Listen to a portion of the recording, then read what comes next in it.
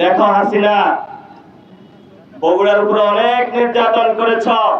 বগুড়াবাসী সগৌরবে দাঁড়িয়ে আছে, আর তোমরা হলো দিল্লিতে পালিয়েছ। এটাই হলো আমাদের আজাদের বাংলাদেশ।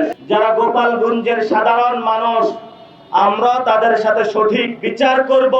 বাংলার খুনি সন্ত্রাস পুরো বাংলাদেশ পছন্দ করে না, তোমাদেরকে আমাদের পছন্দ করার কোনো প্রশ্নই আসে না। এটা আমরা গোপালগঞ্জের পরতে পরতে উত্তরগুলো পেয়েছি। এটা শহীদ জিয়াউর রহমানের ভূমি, এবং এই শহীদ জিয়াউর রহমানের ভূমিতে শহীদ জিয়াউর রহমান বাংলাদেশের স্বাধীনতা যুদ্ধে বীরত্বের সাথে লড়াই করেছিলেন। ভারতের সাথে কোনো আপোষ করেন নাই। যদিও এখন বিএনপির নেতা কর্মীরা ভারতের সাথে আপোষ করছে শহীদ জিয়ার পথ থেকে সরে গিয়ে, এটা নিয়ে আবার শহীদ জিয়ার যারা অনুসারী তাদের মনে অনেক দুঃখ। বেশ ভালো লাগছে যে গত 17 বছর দুপচাচিয়া বগুড়ার লোক হওয়ার কারণে যদি কোনো চাকরির পরীক্ষায় যেত, কোনো ভাইভাতে যেত, বলতো তুমি বগুড়ার লোক, তোমাকে নেওয়া যাবে না। এইসব বিষয় আপনাদের ঘটে নাই? আল্লাহর কি লীলা খেলা যে আজকে বগুড়াবাসীর সবাই আপনারা ঠিকই রাজপথে আছেন, ব্যবসা বাণিজ্য করছেন।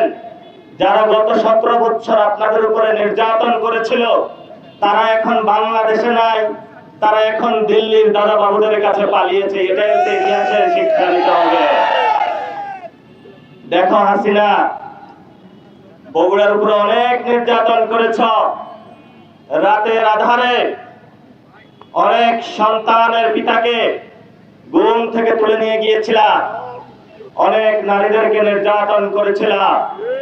তাদের শুধু একটি অপরাধ ছিল, তারা হলো বগুড়া জেলার ছিল।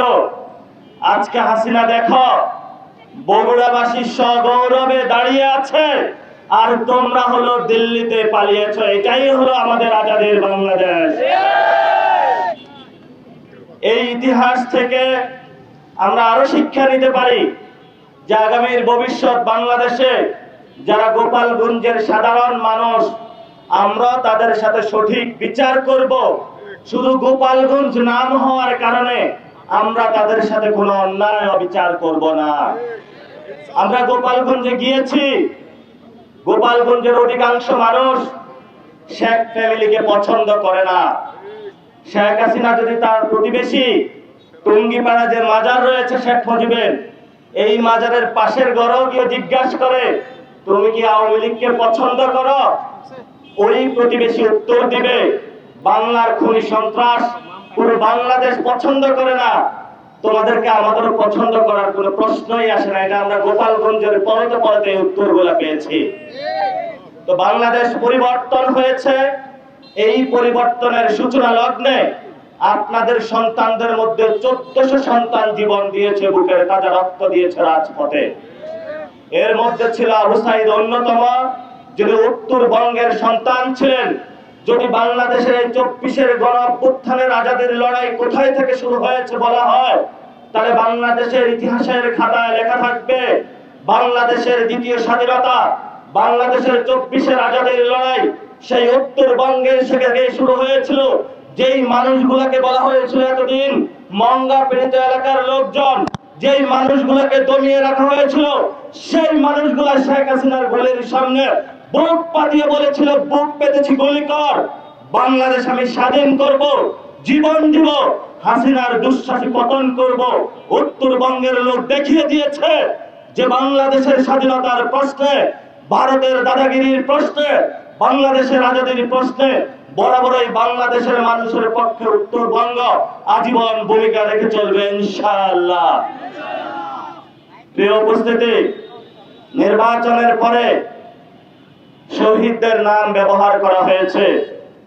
যদি একজন শহীদ ফ্যামিলিকে জিজ্ঞাসা করা হয় আপনার সন্তান কেন জীবন দিয়েছিল, তো উত্তর দিব একটি সুন্দর বাংলাদেশ গঠনের জন্য, বাংলাদেশের পরিবর্তনের জন্য। এই পরিবর্তনের স্বপ্ন থেকেই একটা সংস্কার কমিশন গঠন হয়েছিল।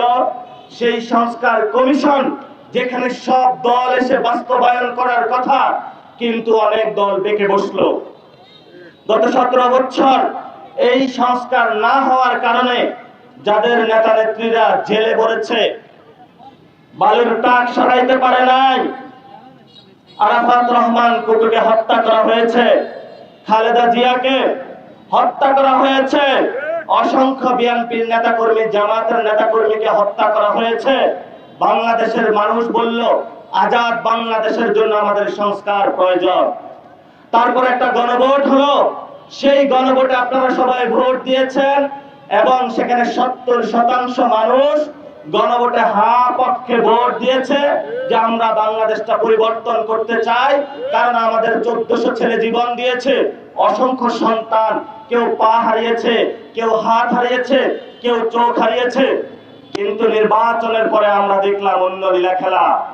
সরকার প্রধান বেঁকে বসলো, এর মধ্যে কয়েকজন মন্ত্রী বক্তব্য দিলে ওই সময় যদি নির্বাচনে মানুষদেরকে এই কথা না বলতাম তাহলে তো মানুষ আমাদেরকে ভোট দিত না।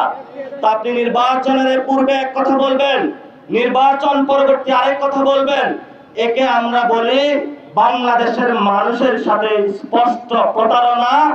আর এই প্রতারণার আশ্রয় নিয়েছে বাংলাদেশের আমাদের একটি নন্দিত জনগোষ্ঠী, সেই দলটির নাম হলো বিএনপি।